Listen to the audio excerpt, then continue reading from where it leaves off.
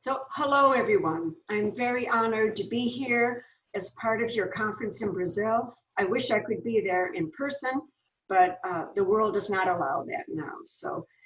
And I would like to take you through a personal and professional journey that is about searching for soul and finding self. And the outcome of that is realizing how important it is for people like us who are coaches, consultants, leaders, managers, to know that we are the instrument of change when we work with our clients and our employees.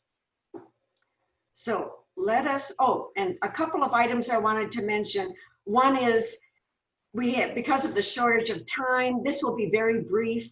This will be like a wine tasting. You're just going to get a small sip of this information. And the other thing I want to acknowledge is my North American roots. I am born and raised in the United States of Canadian immigrants. Although I've lived abroad 5 years and I've traveled extensively, I know that many of my existential beliefs are still rooted in my cultural heritage. So wanted to make that clear at the beginning. So some learning takeaways that I'm hoping we all work on. So I'm going to talk about how theory and beliefs influence who coaches are. And when I use the word coaches, it can also be managers, leaders, consultants, any change practitioners. That theory and beliefs influence who we are, thereby influencing how we coach or work with our clients. So that's also of great significance in recognizing that both you and whoever you are working with is going to hold some unconscious existential beliefs, and they can help or hinder. And existential beliefs are the beliefs we have about the very nature of life. So bottom line is realizing in this presentation today, the importance of really embracing that you are an instrument and that you show up as you are. You cannot hide who you really are. So as we go through this presentation, if you would think about, what do you really believe about the capacity for people to change, for you to change? What about your stance or your position as a practitioner would help you be someone who could ignite some positive human change in other people? And what are you aware of in your own coaching approach or leadership approach that relates to moving energy? So just kind of keep those things in mind. So I'm just going to do a little bit of my personal and professional journey, because the result of what you're seeing today is a result of that journey. So I am from the organization development field. I was a doctoral student in the late 1980s, early 90s. A colleague and I have done a lot of work together. Her name is Jackie Binkert. So she is a co-author of the books I've done and all of the research that we did. And at that time, it was really quite exciting to be a doctoral student, because there was this overall movement in research to really start challenging the mechanistic kind of Newtonian perspective of human change. And it was being challenged by all these new quantum science findings. So everything I'm talking about today is about human change. I'm not talking about technical change. So we were very caught up in that, but we were obviously taught most of the theories were more mechanistic, because that's the way it was then. But we were always a bit of outliers, and we did dissertations that really challenged the status quo.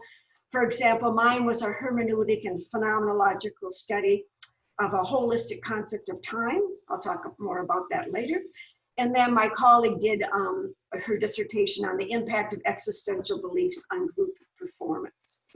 So we graduated, we worked, and then we got the opportunity to do some research around applying the principles of appreciative inquiry to the coaching field.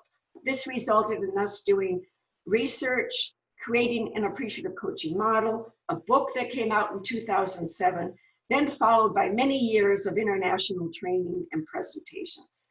So as a part of this appreciative coaching research, we were more and more drawn to process, generative, energy-based perspectives of change, and really positive change. And then we were beginning to realize that, every one of us who works with other people, we have some unconscious beliefs that unless we make ourselves aware of them, we may be not helping our clients to the fullest that we can. So then the journey continued. Now we're doing appreciative coaching. We're having our own coaching businesses. And then we launch into a second coaching research project on how do people actually go through transformational change. And that resulted in a book called Pivoting: A Coach's Guide to Igniting Substantial Change.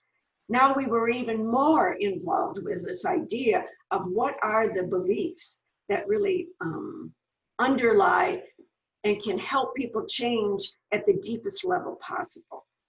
So that now that we are more in the present time, and we were selected to write a chapter last year on our findings around 3 new existential beliefs. And so that book came out this year called Innovations in Leadership Coaching. And that is what I'm going to be talking about today. That Searching for Soul and Finding Self is a chapter in that book.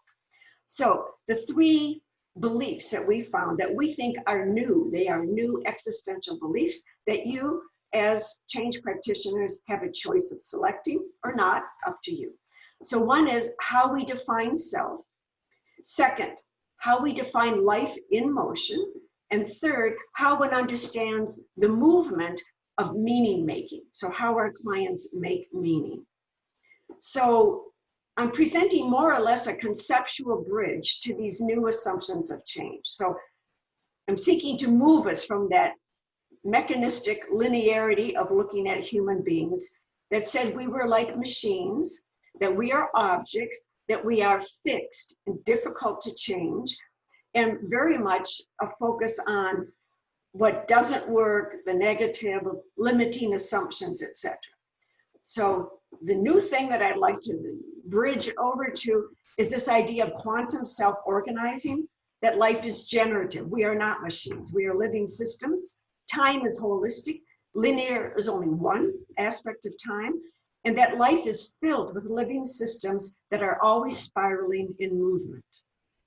So in the course of the time that I have been an OD professional, these shifts have occurred. So it's really quite exciting for me to realize I have literally lived through these changes. So obviously, preceding that, we overall have had this movement from Newtonian physics to quantum physics in terms of understanding human beings. And as a part of that, of course, is all the digital transformation, which has greatly impacted us as humans. Also moving from these metaphors of mechanistic machine to being generative, self-organizing, that we are process. Moving from thinking that human beings can only be externally driven, we have to tell people what to do, to realizing, no, we are internally driven. We actually live from the inside out. Moving from a negativity bias, meaning we see mostly what isn't working and then try to fix that, to realizing there's a whole science of positive change and that we can capitalize on the positive, our strengths, etc., and therefore create a balance. Then the shift from seeing the mind and body as separated to realizing, oh no, our entire body is intelligence. And then that shifting from a strictly linear time perspective to a holistic time.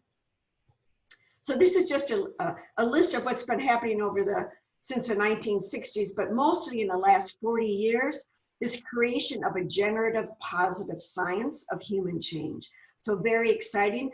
And I'm really thrilled that I was also a part of it with the model of appreciative coaching and the efforts we made there. But I am going to make this PowerPoint available to anybody who wants it. So you can contact me if it's not sent immediately to you. So a lot of this information I have on the slides is for you to look at later when you have it and you can study it. So a lot of things happening: appreciative inquiry, social constructionism, Barbara Fredrickson's work on positive emotions, obviously positive psychology, etc. So bringing us to this realization, and we learned this as part of being OD consultants, that we are the instrument. So if you are the instrument, what are your beliefs? Why is that important? Because our beliefs are literally the lens and filter on the world that we look at. So some scientists go as far as to say that we behave congruently with what we believe 100% of the time. So, I mean, that's an astounding number. Beliefs are direct attention, so they are attractors. So we tend to see what we believe, not the other way around. Beliefs we construct over our lifetime, but we also start off as infants and growing up with deep beliefs that are very unconscious, that unless there's some effort made to reveal them, we may never know them. But still, they may drive our behavior. So the whole idea in working with clients at a deeper level is to realize if you can get at these deeper, more unconscious beliefs, then people can change at a deeper level. So literally, our beliefs impact how we engage in life. This is something that, again, when you get the PowerPoint, you can look at. So I would love for you to be able to take it. On the left-hand side are different statements about how you can view change. On the right-hand side are different statements. It's a continuum. There's no right or wrong. But when you get the chance, if you can look at it and put an X where you think you are on this, I think it would be fun for you to do. So let's talk about the first existential belief, defining self. So we are offering to you this idea that there is a new concept of self. So a question for you to think of right now is, how do you define self? Do you see yourself as an object, or do you see yourself as process? So self as object is very much a part of the mechanistic perspective of human beings, and still very much a part of much of coaching and OD work is still this idea that we are objects. And what it means is that we are like an independent unit within a social context. So we have a body, mind, and spirit that is shaped by the environment because we are influenced by it, but yet we are contained. So we are kind of an open system, but we are self-standing. We are separate from what's around us. So that's the idea of self as object. All of this new research that has been building for these 40 plus years is showing us another option, and that is self as process. And that means that we have a brain and mind that is constantly transforming and open to change throughout our lifespan, neuroplasticity. And that the self is relational and emergent, not self-standing. In other words, the self changes, arises, and adapts depending on the relationships we have and the situations that we are in. So we don't really exist independently. We exist as a sum total of our relationships and our environment, and we are continually in change. So something for you to think about there. So I'm going to spend just a minute comparing these two existential beliefs. All of us have been educated and trained in the left-hand side. So the mechanistic, that self is object. So we're a discrete object. We're made of matter, stuff, and that we're able to view things objectively. A more quantum or generative perspective of self is that self is process. We can't distinguish ourselves from the relationships environment, and we are energy beings. So this obviously comes from quantum physics. We are dynamic energy-based beings. Left-hand side, that the self as an object could be neutral. We can work with our clients and see them in a neutral way. The quantum part says we can't ever really be neutral because we are a participating observer. Why? Because we are energy, our client is energy. We cannot separate that out. Back to the left-hand side. This part is really important for coaches and OD consultants. So the mechanistic perspective sees self as having content and issues. So we have a problem story. So as a coach, clients always approach us with a problem story. In that problem story, our client has been nurturing usually for quite a long time. So from the mechanistic perspective, it has mass, it has weight. So this person is weighted down by this problem story. So the tendency from this perspective is to spend time on this problem story. But the more attention you give it, then the weightier it gets, the heavier it gets, the more resistance there is. So a different perspective, which is solution-focused freak therapy, appreciative coaching, positive psychology says, no, let's not add any more weight to this idea that our client has a problem story, but instead we shift them to find a new story, to begin telling a new story, or be focused on solution, how to move forward. So spend as little time as possible on the problem story, reduce resistance. Back to the left-hand side. Also the idea that as a self, from the mechanistic perspective, we can be neutral around the content of others as well, whatever they bring to us. Again, from the quantum side, we are all in a similar context and in process. So we really can't separate ourselves out. And finally, self is leading. We can lead our clients to observing and witnessing, but we really don't influence that much, or we don't really need to share responsibility for results unless we think the client did great. Then we can pat ourselves on the back. Versus the more quantum perspective, that self is leading, but in this process of co-creation. So we're both in this together. We're both participating observers, and so we share the responsibility. So more will come about that. Okay, second existential belief, life is motion. So there are many new beliefs that are, becoming clearer and clearer as time goes on, related to a generative positive science of change. So life as self-organizing and constructive. Not that life happens to us so much that we can help construct parts of our life. Life as evolutionary in terms of stages of consciousness, and life as inner process, which reveals itself over a lifetime. So we have much inside that becomes clearer and revealed to us if we allow that to happen. So this is just a sampling of theorists who support all of these generative principles towards change, from William James to phenomenologists like Gadamer, Heidegger, the philosopher Whitehead, David Bohm.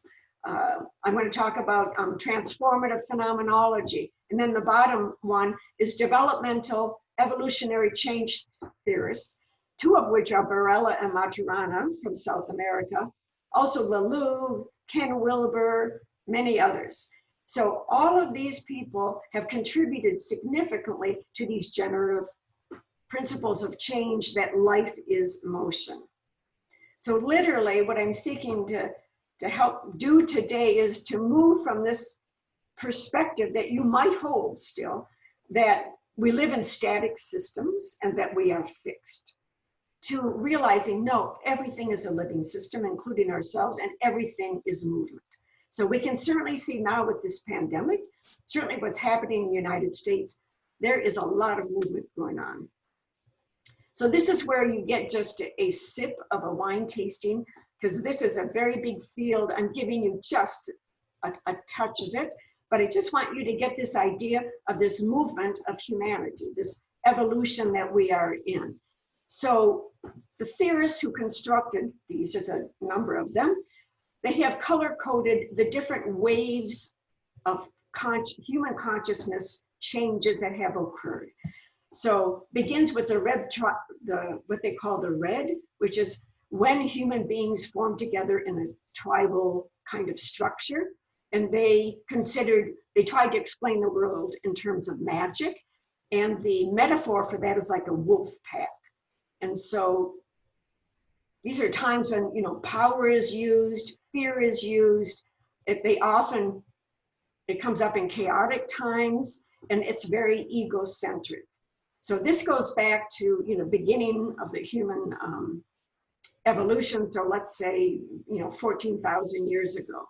Then we move forward, another wave of human consciousness change occurred about, I should remember the date.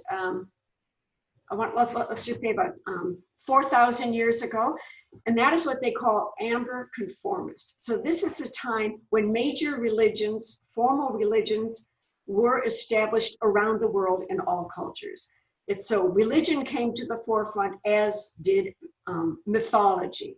Also formal organizations like armies, empires. So there was a hierarchy, there was more stability. So instead of roaming in like a wolf pack, the metaphor is more army. And the identity was very conformist. You conformed to society, and then you were successful. Then about the 1600s, this orange achievement age of consciousness came into being. And this is very science-based. The metaphor is machine. This is when modern corporations, multinationals came about, focused on profit and growth. And self-identity was very much being conscientious. If I work really hard, I can achieve and be something. Then in the 1960s came the green, what they call the green pluralistic. This is really everything related to ecology, the environment, the entire field of coaching, organizational development is a part of this movement. So very culture-driven, talking about empowerment, self-identity, be individualistic, and the metaphor of family. And then about in the 1980s, so this is when I was coming of age professionally, this new one came about, teal evolutionary. So this there began to be research and talk about living systems, adaptive systems, and realizing that, oh, we live from the inside out, so very different from the amber conformist. So realizing that, again, very briefly, every time one of these has occurred, it's resulted in humans being able to have a greater level of dealing with a greater level of complexity and an expanded idea of their self-identity. And every time humanity shifts in one of these areas, we need to invent a new way to collaborate and a new organizational model. So there's also one more thing I want to add, which I think is significant for those of us in the change area. And that is that these theorists are saying that the red, amber, orange, and green waves of human consciousness, and these happen in an order. So all of us as human beings have also gone through all of this. Think of ourselves as children, where we think the world is magical. Teenagers, where we can, or the preteen, where we tend to conform, and then into the orange and the green. So these theorists are saying that those 4 previous waves are what they call first-tier consciousness. So they were based basically in a view of the world as lack, scarcity, deficiency, a much more negative perspective of worldviews. But they began to see, about in the 1980s, 2 or 3% of people who were already green were showing these characteristics of something different, a monumental leap in meaning that was more around being. And they began to say, these people seem to be showing a second-tier consciousness, but you cannot get to the second tier without going through the first tier. So all of us are a mixture of all of these. And if you look at what's happening in the United States, you can see so clearly the divide that we have between people who are more red and amber oriented and orange, and then people who are more a little bit orange green, and then a few people who are more teal. So it's very interesting to see this play out in society. So the teal perspective seems to have a different one, and that is it's based on a sense of radical trust and abundance, that we can rely on life, that we can develop more ways to deal with this greater complexity, because we now live in a high level of complexity. So just a minute showing you some of the essence of this teal worldview, because like me, some of you may go, oh my gosh, that's what I think. So about 4 years ago, I got a chapter of a book. I don't know how I got it, but I began reading this chapter. And as I read it, I couldn't believe it, but it was a description of me, what I had come to believe in. It was so much of it from the research I had been doing.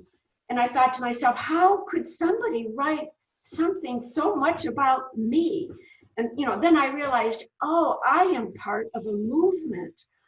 I'm just one person beginning to think and believe like this, that there are others out there. So real quickly, and really all of coaching is based on this first one, this idea that we do have an inner rightness that can be a compass for us. So instead of being externally directed, we can rely on ourselves being internally directed.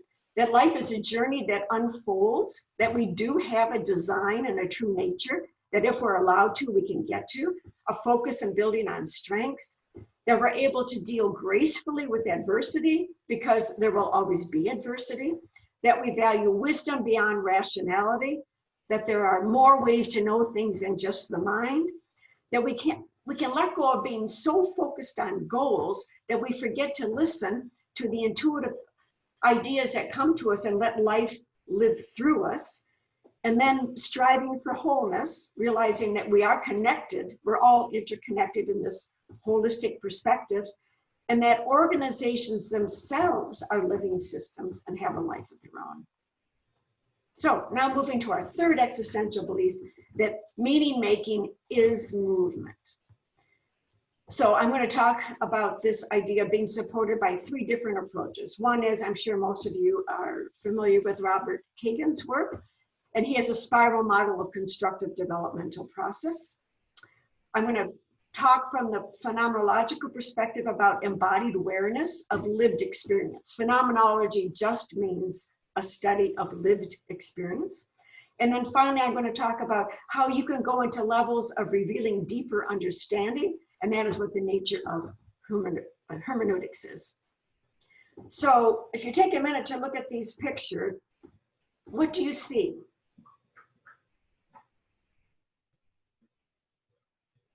I think you can agree, the longer you look at them, the more they seem to move, right? They are not static.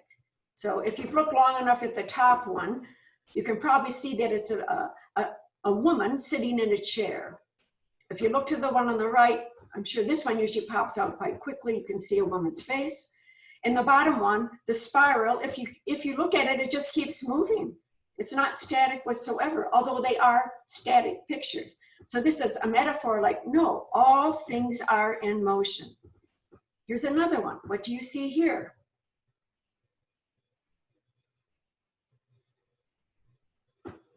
So I'm sure most of you see the man standing to the right, and then hopefully for you, you begin to see all the other images of him that pop out from behind.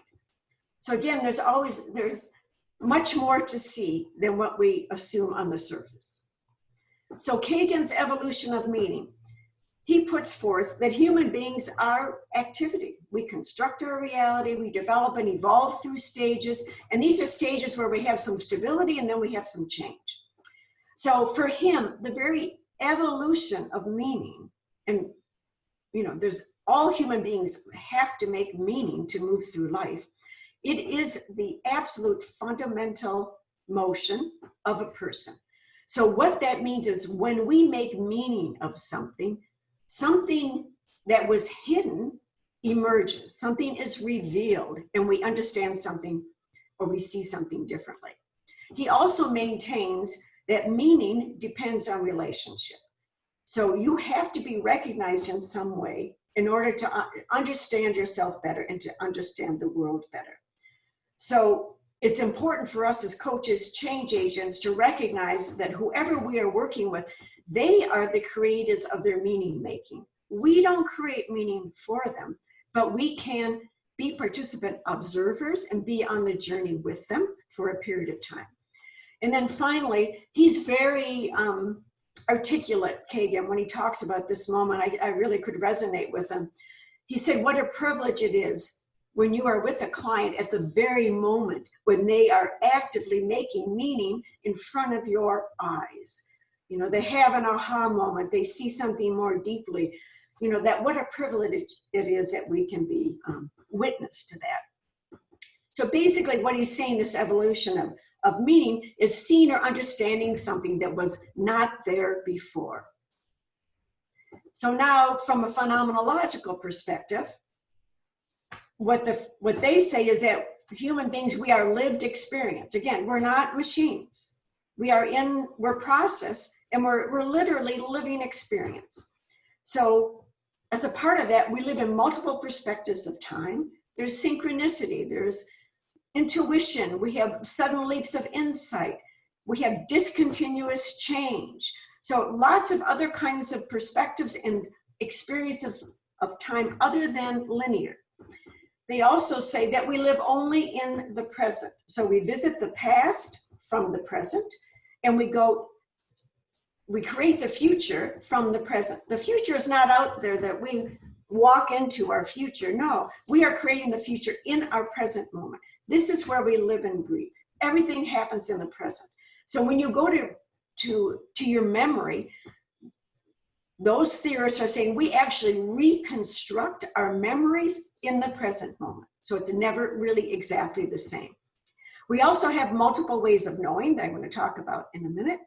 So really, our whole body is a body of intelligence, and we have energy and we move, and so we cannot be prescriptive or predictive about human change. We can anticipate, but we cannot make things. I cannot make you have an insight.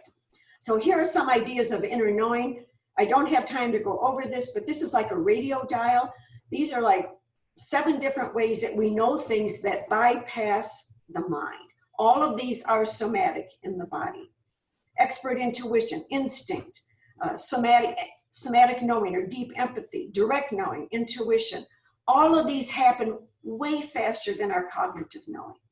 None of these, we can't make any of these happen, right? We can't make ourselves have direct knowing.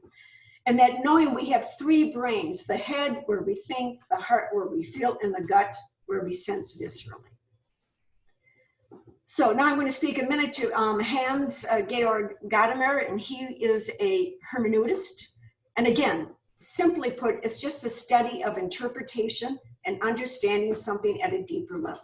Why is this important to coaching? Because in working with people, we want to be able to help them get at these kind of unconscious beliefs that are directing their behaviors, that we need to find ways to be able to, that allow us to go more deeply within, with their willingness, of course. Because many of the elements that shape us as human beings are hidden, and they also require some interpretation to be able to understand our lives. And these also occur in a spiral movement. So we oftentimes, working with a client, will hit on something and maybe they have some resistance, they're not able to do it. We come back again, maybe a month or so later, we can get a little deeper, maybe we come back again, and we can go deeper. So the use of language always makes a difference. So deeper understanding can only occur in this kind of spiral movement that allows us to go deeper. And so now I'm going to give you an example of how this could work.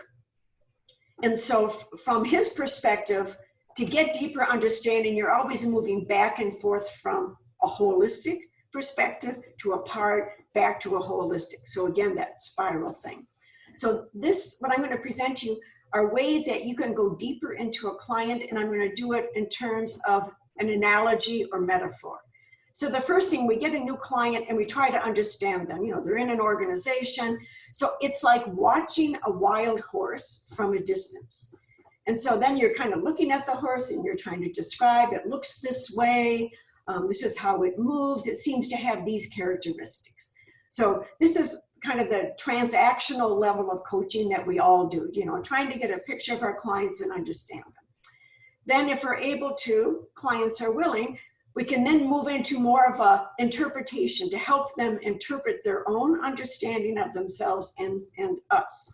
So the second deeper level is as if we were to approach that wild horse more closely, and then we really look at that. How does it interact with the other horses? How does it interact with this environment? The horse allows us to get a little bit closer. And that's like looking at our client in terms of the systems that they work in, the type of relationships that they are embedded in, that they allow us to go a little bit deeper.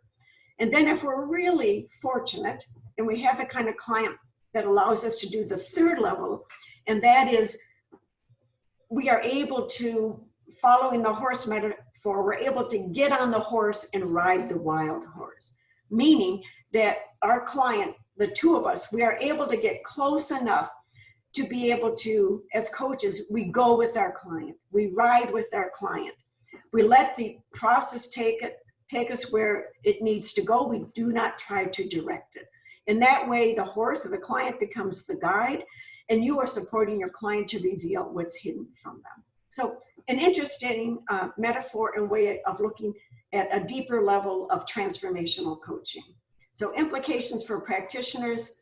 Today I'm inviting you to change or expand your role. So realizing that you can move clients to a more expanded and generative view of their situation. I do this with all my clients, whether I have them for 2 sessions or 20 sessions.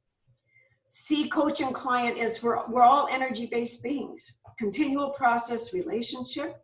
Realize that we are influencing, that clients are influenced as much by the present and the future as they are by the past, maybe even more so. Join our clients in that kind of interpretive hermeneutic way of sharing space and time, you know, in that spiral of deeper understanding, and we are mutually influencing one another. Our clients influence us as much as we are influencing them. That we are constantly, with our clients, revealing our beliefs, their beliefs, things that are blind spots, and that know that your existential beliefs about life lead to values that you hold, which in turn influence your behavior and how you coach. And then kind of a sidebar, really realizing that a lot of us as coaches who may be more green and teal oriented are having to work with clients who may be more achievement orange or maybe even amber conformist. So my last slide, key principles of powerful movement. So everything moves as a spiral. So are you as a coach spiraling up? Are you spiraling down in your life? Is your client spiraling up or down? Everything is moving all the time. Everything is moving and is connected. Stillness is also a movement because it's taking the time to be versus do, and that all of us, we are designed to reframe our stories and lives. We are not static. We can all change. As human beings, we're literally wired to grow and develop. So just another, again, if you could take this stance, that'd be great. And I'm happy to answer any questions. Thank you very much.